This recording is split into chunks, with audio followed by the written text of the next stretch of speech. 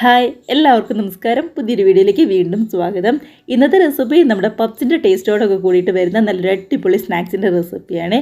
പുറംഭാഗയ്ക്കിടയിൽ നന്നായിട്ട് മുരിഞ്ഞ് നല്ലതായിട്ട് ലെയറുകളൊക്കെ വന്ന് ഉള്ളിലാണെന്നുണ്ടെങ്കിലും നല്ല സോസിൻ്റെ കൂടെ അടിപൊളി ഒരു ഫില്ലിംഗ് ഒക്കെ വന്നിട്ടുള്ള റെസിപ്പിയാണ്.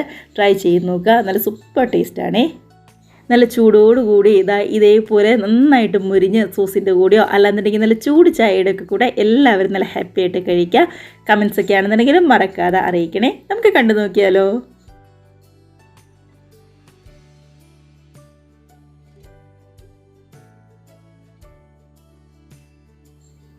നമ്മുടെ സ്നാക്സിന് ആയി തന്നെ മൈദയുടെ ഒരു മിക്സ് ഒന്ന് റെഡിയാക്കി എടുക്കണം. അതിനായിട്ട് അത്യാവശ്യം വലിപ്പമുള്ള ഒരു ബൗളിലേക്ക് 250 ml കപ്പിന് 2 കപ്പ് മൈദയാണ് നമ്മൾ ചേർത്ത് കൊടുക്കുന്നത്. ഇപ്പോൾ 2 കപ്പ് മൈദയിൽ നിന്ന് ഏകദേശം 15-16 സ്നാക്സിൻ്റെ അടുത്ത് നമുക്ക് ഉണ്ടാക്കിയെടുക്കാനായിട്ട് പറ്റും കേട്ടോ. അപ്പോൾ അതനുസരിച്ച് അത്രയും വേണമെന്നുണ്ടെങ്കിൽ 2 കപ്പ് ചേർക്കുക, ഇല്ലാന്നുണ്ടെങ്കിൽ 1 കപ്പ് ചേർത്താലും മതി. ഇനി ഇതിലേക്ക് ആവശ്യത്തിന് ഉപ്പും അതേപോലെ തന്നെ ഒരു 2-3 ടേബിൾ സ്പൂൺ എടുത്ത് ഓയിലോ അല്ലാന്നുണ്ടെങ്കിൽ നെയ്യോ ചേർത്ത് കൊടുക്കാം. ഞാനിവിടെ 3 ടേബിൾ സ്പൂൺ സൺഫ്ലവർ ഓയിലാണ് ചേർത്ത് കൊടുക്കുന്നത്. അപ്പോൾ നമ്മുടെ ഉപ്പും മൈദയും ഓയിലും എല്ലാം കൂടി കൈവച്ചതായി ഇതേപോലെ നന്നായിട്ട് ശരിക്കും ഒന്നിങ്ങ് മിക്സ് ചെയ്തെടുക്കുക. ഇവിടെ നന്നായിട്ട് മിക്സ് ചെയ്തെടുത്തിട്ടുണ്ട്. ഇനി ഇതിനകത്തേക്ക് കുറച്ച് വെള്ളം ചേർത്ത് ശരിക്കും ചപ്പാത്തിക്ക് കുഴയ്ക്കുന്നത് പോലെ നന്നായിട്ടൊന്ന് കുഴച്ചെടുക്കാം. മൈദയിലേക്ക് ആദ്യമേ തന്നെ ഒരുപാട് വെള്ളം ഒഴിച്ച് കൊടുക്കരുത്. ഇതേപോലെ കുറച്ച് വെള്ളം ഒഴിച്ച് നന്നായിട്ട് തന്നെയാണ് ഒന്നിങ്ങ് കുഴച്ചെടുക്കേണ്ടത്. ആദ്യമേ ഒരുപാട് വെള്ളം ഒഴിച്ച് കഴിഞ്ഞാൽ കയ്യിൽ നന്നായിട്ട് ഒട്ടിപ്പിടിക്കുകയും ചെയ്യും. മാത്രമല്ല വെള്ളം ചിലപ്പോൾ ഒരുപാട് കൂടിപ്പോയിരിക്കും. അതുകൊണ്ട് നോക്കിയിട്ട് കുറച്ച് മാത്രം വെള്ളം ഒഴിച്ച് ഇതേപോലെ നല്ല കട്ടിക്ക് തന്നെ ഒന്നിങ്ങ് കുഴച്ചെടുക്കുക. മൈദയിലേക്ക് വെള്ളം ഒഴിക്കുമ്പോൾ സൂക്ഷിച്ചിട്ട് വേണം വെള്ളം ഒഴിക്കാനായിട്ട്. കണ്ടതാ ഇതേപോലെ നന്നായിട്ട് സോഫ്റ്റ് ആയിട്ട് തന്നെ നമുക്ക് കിട്ടിയിട്ടുണ്ട്. വെള്ളം ഒരുപാട് കൂടുതലൊന്നുമില്ല, പാകത്തിനായിട്ടാണ്. കയ്യിലൊന്നും ഒട്ടും തന്നെ ഒട്ടിപ്പിടിക്കാതെ ഇതേപോലെ ഇങ്ങ് കിട്ടിയിട്ടുണ്ട്. ഇനി ഇതൊരു 10 മിനിറ്റ് നമുക്കൊന്ന് റെസ്റ്റ് ചെയ്യാനായിട്ട് മാറ്റി വയ്ക്കാം. അപ്പോൾ അതവിടെ ഇരിക്കട്ടെ.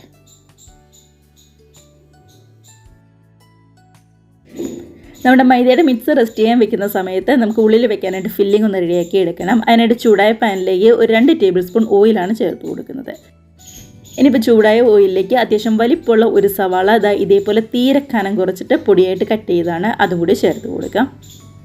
ഇതിൻ്റെ കൂടെ തന്നെ ഏകദേശം 1 ടീസ്പൂണിൻ്റെ അടുത്ത് ഇഞ്ചി വെളുത്തുള്ളി നല്ലോണം ചതച്ചെടുത്തതാണ് അതും കൂടി ചേർത്ത് കൊടുക്കാം കേട്ടോ. കട്ട് ചെയ്തൊന്നും ഇടണ്ട. ഇതേപോലെ ഫ്രഷ് ആയിട്ടുള്ള ഇഞ്ചിയും വെളുത്തുള്ളി നന്നായിട്ടൊന്ന് ചതച്ചെടുത്താൽ മതിയാവും. നമ്മുടെ സവാളയുടെ കൂടെ കിടന്ന് നന്നായിട്ടൊന്നങ്ങ് വഴന്ന് വരട്ടെ. കണ്ടോ, നമ്മുടെ സവാളയും ഇഞ്ചിയും അതേപോലെ തന്നെ വെളുത്തുള്ളിയുടെ പച്ചമണമൊക്കെ ഒന്ന് മാറിയിട്ട് പതുക്കെ ഒന്നങ്ങ് വാടി വന്നിട്ടുണ്ട്. ഇനി ഈ സമയത്ത് ഇതേപോലെ കുറച്ച് ക്യാബേജ് ഒന്ന് ഗ്രേറ്റ് ചെയ്തെടുത്തതാണ് അത് ചേർത്ത് കൊടുക്കാം. തീരെ കനം കുറച്ച് നീളത്തിൽ ഒന്ന് കട്ട് ചെയ്തെടുത്താൽ കേട്ടോ. ഏകദേശം ഒരു 2 പിടി ഉണ്ടാവും. അതേപോലെ തന്നെ മീഡിയം സൈസുള്ള ഒരു ക്യാരറ്റും ഇതേപോലെ പൊടിയായിട്ട് ഒന്നങ്ങ് ഗ്രേറ്റ് ചെയ്ത് എടുത്തതാണ്. ഇനി നമ്മുടെ ഈ ക്യാബേജിനും അതേപോലെ തന്നെ ക്യാരറ്റിനും ആവശ്യമുള്ള ഉപ്പും കൂടി ചേർത്ത് കൊടുത്ത് എല്ലാം കൂടി നന്നായിട്ട് തന്നെ ഒന്നങ്ങ് മിക്സ് ചെയ്ത് വെന്ത് വരാനായിട്ട് നമുക്കൊന്ന് വെയിറ്റ് ചെയ്യാം. അപ്പോൾ ഇതുവരെ നമ്മൾ ഇതിനകത്തേക്ക് മസാലയൊന്നും ചേർത്തിട്ടുണ്ടായിരുന്നില്ല. ഈ സമയത്ത് മസാലയും കൂടി ചേർത്ത് കൊടുക്കാവേ. മസാലയായിട്ട് കുറച്ച് കുരുമുളക് പൊടിയും അതേപോലെ തന്നെ ചില്ലി ഫ്ലേക്സുമാണ് ഞാൻ എടുത്തിരിക്കുന്നത്. രണ്ടും ഓരോരോ ടീസ്പൂൺ വീതമുണ്ട്. ഇനി ഇതിലേക്ക് ഒരു 1.5 ടീസ്പൂൺ മല്ലിപ്പൊടിയും അതേപോലെ തന്നെ ഒരു 3/4 ടീസ്പൂൺ ഗരം മസാലയും കൂടി ചേർത്ത് കൊടുക്കുന്നുണ്ട്. അതിനുശേഷം ഇതെല്ലാം കൂടി നമ്മുടെ ക്യാബേജും ക്യാരറ്റും സവാളയും ഒക്കെ ആയിട്ട് നന്നായിട്ടൊന്ന് മിക്സ് ചെയ്ത് ഗ്യാസ് ഒരു മീഡിയം ഫ്ലെയിമിലാക്കി നന്നായിട്ടൊന്ന് വെന്ത് വരാനായിട്ട് അവിടെ മൂടി വയ്ക്കാം. എല്ലാം നന്നായിട്ട് ഗ്രേറ്റ് ചെയ്ത് ചേർത്തുകൊണ്ട് തന്നെ പെട്ടെന്ന് നിങ്ങൾ വെന്ത് വന്നോളും. ക്യാബേജിനും ക്യാരറ്റിനും ഒന്നും ആണെന്നുണ്ടെങ്കിലും ഒരുപാട് വേവൊന്നുമില്ല. ഒരു 10 മിനിറ്റ് അതവിടെ നന്നായിട്ടൊന്ന് വെന്ത് വരട്ടെ. ശരിക്കും ഒന്ന് ചൂട് കയറി നല്ലോണം ഒന്നിങ്ങ് വാടി അത്യാവശ്യം നന്നായിട്ടൊന്ന് വെന്ത് വന്നിട്ടുണ്ട്. കണ്ടോ, ഇത് കാണുമ്പോൾ തന്നെയാണെങ്കിൽ നിങ്ങൾക്ക് അറിയാൻ പറ്റുമല്ലോ. അപ്പോൾ ഇനി ഇതിനകത്തേക്ക് സോസുകളാണ് ചേർത്ത് കൊടുക്കുന്നത്. സോസുകളായിട്ട് നമ്മളിവിടെ കുറച്ച് ടൊമാറ്റോ സോസും ചില്ലി സോസും അതേപോലെ തന്നെ സോയാ സോസുമാണ് ചേർക്കുന്നത്. അളവെന്ന് പറയുന്നത് ഞാനിവിടെ എല്ലാം ഓരോരോ ടേബിൾ സ്പൂൺ വീതമാണ് എടുത്തിരിക്കുന്നത്. അപ്പോൾ എല്ലാം ഓരോ ടേബിൾ സ്പൂൺ വീതം എടുക്കുമ്പോൾ തന്നെ അത്യാവശ്യം നല്ലൊരു ടേസ്റ്റ് ഉണ്ടാവും കേട്ടോ. ഒരുപാട് കൂടുതലുമില്ല, എന്നാൽ തീരെ അങ്ങ് കുറവുമില്ല.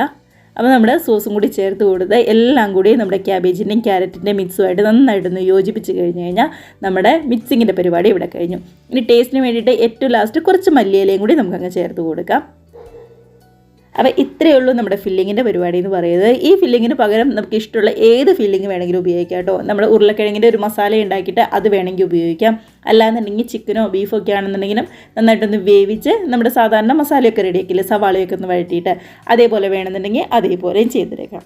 ഇതിപ്പോൾ ഞാനിവിടെ ഏറ്റവും സിമ്പിളായിട്ട് വെജിറ്റബിൾ ഉപയോഗിച്ചുകൊണ്ട് ഒരു മസാല റെഡിയാക്കി എടുത്തേ ഉള്ളൂ. അങ്ങനെ നമ്മുടെ മസാല മിക്സിങ്ങിൻ്റെ പരിപാടിയൊക്കെ കഴിഞ്ഞു. അതവിടെ മാറ്റി വയ്ക്കാം, ചൂടൊന്ന് ആറി വരട്ടെ.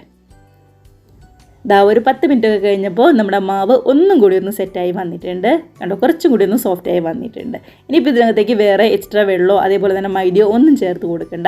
കൈവച്ച് നന്നായിട്ട് ദാ ഇതേപോലെ ഒന്ന് കുഴച്ചെടുത്ത് നമ്മൾ ചപ്പാത്തിക്കൊക്കെ ഓരോ ദാ ഇതേപോലെ ബോൾസ് പോലെ എടുക്കാറില്ലേ, അതേപോലെ ഇങ്ങെടുത്ത് നന്നായിട്ടൊന്നിങ്ങ് പരത്തിയെടുക്കാം.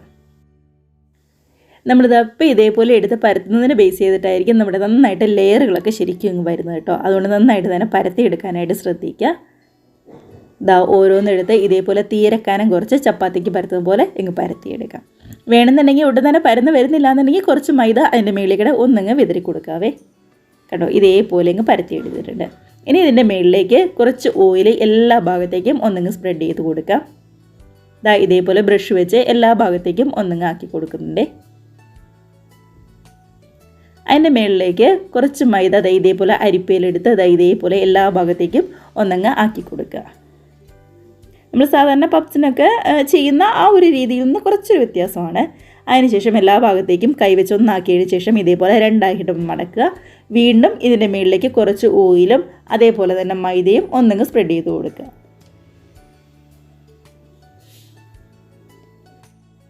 കണ്ടത് ഇതേപോലെ. അതിനുശേഷം കൈവച്ച് ഒന്നും കൂടി എല്ലാം കൂടി പരത്തിയിട്ട് ഇതേപോലെ രണ്ടായിട്ട് ഒന്നങ്ങ് മടക്കി കൊടുക്കുക. ഇനി നമ്മുടെ ചപ്പാത്തിക്കോൽ ഉപയോഗിച്ചുകൊണ്ട് വീണ്ടും ഇതേപോലെ ഒന്നിങ്ങ് പരത്തി കൊടുക്കുക. കുറച്ച് വീതിയും നീളവും കൂടി ഒന്ന് കൂട്ടിക്കിട്ടാൻ വേണ്ടിയിട്ടാണ് കേട്ടോ. അല്ലാന്നുണ്ടെങ്കിൽ തീരെ അങ്ങ് ചെറുതായിപ്പോൾ. വീണ്ടും ഇതിൻ്റെ മുകളിൽ കുറച്ച് ഓയിലും അതേപോലെ തന്നെ മൈദയും പതുക്കെ ഒന്നും കൂടി സ്പ്രെഡ് ചെയ്ത് കൊടുക്കുന്നുണ്ട്. ദാ കൈവച്ച് പതുക്കെ ഒന്ന് പരത്തിയിട്ട് ഇതേപോലെ കണ്ടോ ചെറിയ ചെറിയ റോൾസ് ആയിട്ട് ഇങ്ങ് മടക്കിയെടുക്കുകയാണ് ചെയ്യുന്നത്. അപ്പോഴായിരിക്കും ഇങ്ങനെ ചെയ്യുമ്പോഴായിരിക്കും നന്നായിട്ട് ലെയറൊക്കെ വരുന്നത് കേട്ടോ. അതിന് വേണ്ടിയിട്ടാണ്, നല്ല ലെയറോട് കൂടി വരാൻ വേണ്ടിയിട്ടാണ് നമ്മൾ ഇത്രയും കഷ്ടപ്പെടുന്നത്. കണ്ടോ, ഇതേപോലെ ഇങ്ങ് കിട്ടിയിട്ടുണ്ട്. അപ്പോൾ ഈ റൗണ്ടായിട്ട് ഇരിക്കുന്നതൊക്കെ നമുക്ക് ലെയറായിട്ട് കിട്ടുവേ. ഇനി വേണ്ടത് ഇതൊന്ന് രണ്ടായിട്ട് കട്ട് ചെയ്തെടുക്കലാണ്. നമുക്കിത് രണ്ട് രീതിയിൽ കട്ട് ചെയ്തെടുക്കാം. ഒന്ന് കത്തി ഉപയോഗിച്ച് ഇതേപോലെ കട്ട് ചെയ്തെടുക്കാം. ഇല്ലാന്നുണ്ടെങ്കിൽ നമ്മൾ ഷേപ്പാക്കി വെച്ചത് നമ്മൾ നൂലുണ്ടല്ലോ, സാധാരണ നമ്മൾ തയ്ക്കാനും തുന്നാനും ഒക്കെ കൊടുക്കുന്ന നൂലുണ്ടല്ലോ, അത് ഇതേപോലെ ഒന്നിങ്ങ് ചുറ്റിച്ചിട്ട് കണ്ടോ ഇതേപോലെ കട്ട് ചെയ്തെടുത്താലും മതി. അപ്പോൾ ഇതേപോലെ നൂല് വെച്ച് കട്ട് ചെയ്തെടുക്കുന്നതാണ് കേട്ടോ കുറച്ചും കൂടി എനിക്ക് നന്നായിട്ട് തോന്നുന്നത്. കുറച്ചും കൂടി നല്ല ലെയർ പെട്ടെന്ന് പൊങ്ങി വരാനൊക്കെ ആയിട്ട് എനിക്ക് നൂല് വെച്ച് കട്ട് ചെയ്തെടുക്കുന്നതാണ് നന്നായിട്ട് തോന്നിയത് കേട്ടോ. അപ്പോൾ നിങ്ങൾ അതൊന്ന് ട്രൈ ചെയ്ത് നോക്കുക. ഇത്രയും ലെയർ നമുക്ക് കിട്ടും. അപ്പോൾ ഇനി നമുക്ക് ചെയ്യേണ്ടത് ഇതൊന്ന് പരത്തിയെടുക്കണമാണ്. നമ്മൾ സാധാരണ പൂരിക്കൊക്കെ പരത്തിയെടുക്കില്ലേ, അതേപോലെ ഒന്നിങ്ങ് പരത്തിയെടുക്കണം. നല്ല ലെയറുള്ള ആ ഭാഗം ഉള്ളിലേക്ക് വെച്ചിട്ട്, അതായത് അടിയിലേക്ക് വെച്ചിട്ട് കൈവച്ച് ഇതേപോലെ പതുക്കെ ഒന്ന് പ്രസ് ചെയ്ത് കൊടുക്കുക. കണ്ടോ ഇതേപോലെ. നമ്മൾ സ്പ്രെഡ് ചെയ്ത മൈദ അതിൻ്റെ സൈഡിൽ തന്നെ ഉള്ളതുകൊണ്ടാണ് ഞാൻ വേറെ മൈദ ചേർത്ത് കൊടുക്കാത്തത്. ഇല്ലാന്നുണ്ടെങ്കിൽ ഒട്ടും തന്നെ പരത്തിയെടുക്കാൻ പറ്റുന്നില്ല എന്നുണ്ടെങ്കിൽ കുറച്ചും കൂടി മൈദ ചേർത്ത് കൊടുക്കാവുന്നേ ഉള്ളൂ. ഇതേപോലെ പൂരിക്ക് പരത്തിയെടുക്കുന്ന പോലെ തീരക്കാനം കുറച്ച് ഒന്നിങ്ങ് പരത്തിയെടുക്കുക. കണ്ടോ ഇത്രയേ ഉള്ളൂ. നല്ല ലെയറോട് കൂടിയിട്ട് വന്നിട്ട് നമുക്ക് കിട്ടിയിട്ടുണ്ട്. നമ്മളിപ്പോൾ കട്ട് ചെയ്ത ആ ലെയറോട് കൂടിയിട്ടുള്ളത് അടിഭാഗത്ത് വെക്കണം. എന്നാലാണ് ഓയിലിലേക്ക് ഇടുമ്പോൾ നന്നായിട്ട് പൊങ്ങി ശരിക്കും ലെയർ തെളിഞ്ഞ് കാണുള്ളൂ കേട്ടോ. നമ്മൾ റെഡിയാക്കി വെച്ചിരിക്കുന്ന ഫില്ലിങ് ഇതേപോലെ കുറച്ചായിട്ട് ഒന്ന് വെച്ച് കൊടുക്കുക. അതിനുശേഷം ഇതേപോലെ സൈഡൊക്കെ നന്നായിട്ട് തന്നെ ഒന്നിങ്ങ് മടക്കി കൊടുക്കുക. നമ്മൾ കുഞ്ഞു കുഞ്ഞു കിഴികളൊക്കെ കെട്ടിക്കൊടുക്കില്ലേ, അതേപോലെയാണ് ഇപ്പോൾ നമ്മൾ മടക്കിയെടുക്കുന്നത്. ഇനിയിപ്പോൾ ഇങ്ങനെ മടക്കിയെടുക്കാൻ ബുദ്ധിമുട്ടാണെന്നുണ്ടെങ്കിൽ ജസ്റ്റ് നമ്മൾ ഫില്ലിങ് വെച്ചിട്ട് രണ്ടായിട്ട് ഒന്നൊന്ന് മടക്കിയതിന് ശേഷം സൈഡിൽ ഫോക്ക് ഉപയോഗിച്ച് ഒന്ന് പ്രസ് ചെയ്ത് കൊടുത്താൽ മാത്രം മതി കേട്ടോ. നമ്മുടെ മസാലയൊന്നും ഒട്ടും തന്നെ വെളിയിൽ പോകാതിരിക്കാൻ വേണ്ടിയിട്ടാണ്. അപ്പോൾ ഇതേപോലെ കണ്ടോ നല്ലതായിട്ട് ലെയറുകളൊക്കെ വന്ന് നല്ല അടിപൊളിയായിട്ട് തന്നെ കിട്ടിയിട്ടില്ലേ. ആ ലെയറുള്ള ഭാഗമാണെങ്കിൽ നന്നായിട്ട് കാണാനും പറ്റുന്നുണ്ട്. അപ്പോൾ ആ ലെയറുള്ള ഭാഗം നമ്മൾ താഴോട്ട് വെച്ചിട്ട് പരത്തിയതുകൊണ്ടാണ് ശരിക്കും അതിങ്ങനെ കാണാനും പറ്റുന്നത് കേട്ടോ. വീണ്ടും അതേപോലെ തന്നെ കുറച്ച് മസാല ഇതേപോലെ അങ്ങ് ആക്കി കൊടുത്തിട്ട് നമ്മൾ കിഴികെട്ടി കൊടുക്കുവാണ്. അപ്പോൾ ഒട്ടും തന്നെ മസാലയൊന്നും പുറത്ത് പോവാതെ കാണാനാണെന്നുണ്ടെങ്കിലും ഒരു ഭാഗം നല്ല ലെയറും അതേപോലെ തന്നെ മറുഭാഗം ചെറിയൊരു കിഴിയുടെ ആ ഒരു ഷേപ്പിലൊക്കെ നമുക്ക് കിട്ടിയിട്ടുണ്ട്. അങ്ങനെ ഒരു 14 എണ്ണം നമ്മളിവിടെ റെഡിയാക്കി എടുത്തിട്ടുണ്ട് കേട്ടോ. 14 സ്നാക്സിനുള്ളത് നമ്മളിവിടെ റെഡിയാക്കി എടുത്തിട്ടുണ്ട്. കണ്ടോ നന്നായിട്ട് തന്നെ എല്ലാം വന്നിട്ടുണ്ട്. അപ്പോൾ ഇനി ഒട്ടും തന്നെ സമയം കളയാതെ നല്ല ചൂടായ ഓയിലിലേക്ക് ഇട്ട് 2 വശവും മൊരിച്ച് ഇങ്ങ് ഫ്രൈ ചെയ്തെടുക്കാം. എണ്ണയൊക്കെ നന്നായിട്ട് ചൂടായി കഴിഞ്ഞപ്പോൾ ഗ്യാസ് ഒരു മീഡിയം ഫ്ലെയിമിലേക്ക് മാറ്റിയിട്ടുണ്ട്. അതിനുശേഷം ഇതേപോലെ ഓരോന്നങ്ങ് ഇട്ട് കൊടുക്കാം. ഇനിയിപ്പോൾ ഒരു വശമൊക്കെ നന്നായിട്ടൊന്ന് ഫ്രൈ ആയി വരുമ്പോൾ ഇതേപോലെ ഒന്ന് മറിച്ചിട്ട് കൊടുത്ത് രണ്ടാമത്തെ വശം ഇങ്ങ് മൊരിച്ചെടുക്കാം. അപ്പോൾ ഇത്രയേ ഉള്ളൂ. 2 വശം മൊരിഞ്ഞ് കഴിഞ്ഞ് കഴിഞ്ഞാൽ നല്ല അടിപൊളി നമ്മുടെ സ്നാക്സ് ഇവിടെ റെഡി ആയിട്ടുണ്ട്. കണ്ടോ ഒരുപാട് കരിഞ്ഞൊന്നും പോവാതെ കളറൊന്നും മാറാതെ നന്നായിട്ട് വെന്ത് ശരിക്കും ലെയറോട് കൂടിയിട്ട് നമുക്ക് കിട്ടിയിട്ടുണ്ട്. അപ്പോൾ ഇതേപോലെ ബാക്കി സ്നാക്സും നമുക്ക് പെട്ടെന്ന് റെഡിയാക്കി എടുക്കാം. നമ്മൾ മൈദ ഒന്ന് പരത്തി ആ ലെയറൊക്കെ കൂടിയിട്ട് വരുന്ന ഭാഗം ഒന്നിങ്ങ് പരത്തി എടുക്കാനാണ് കുറച്ചൊരു പാടുള്ളത്. പക്ഷേ ടേസ്റ്റ് നല്ല സൂപ്പർ ടേസ്റ്റാണ് കേട്ടോ.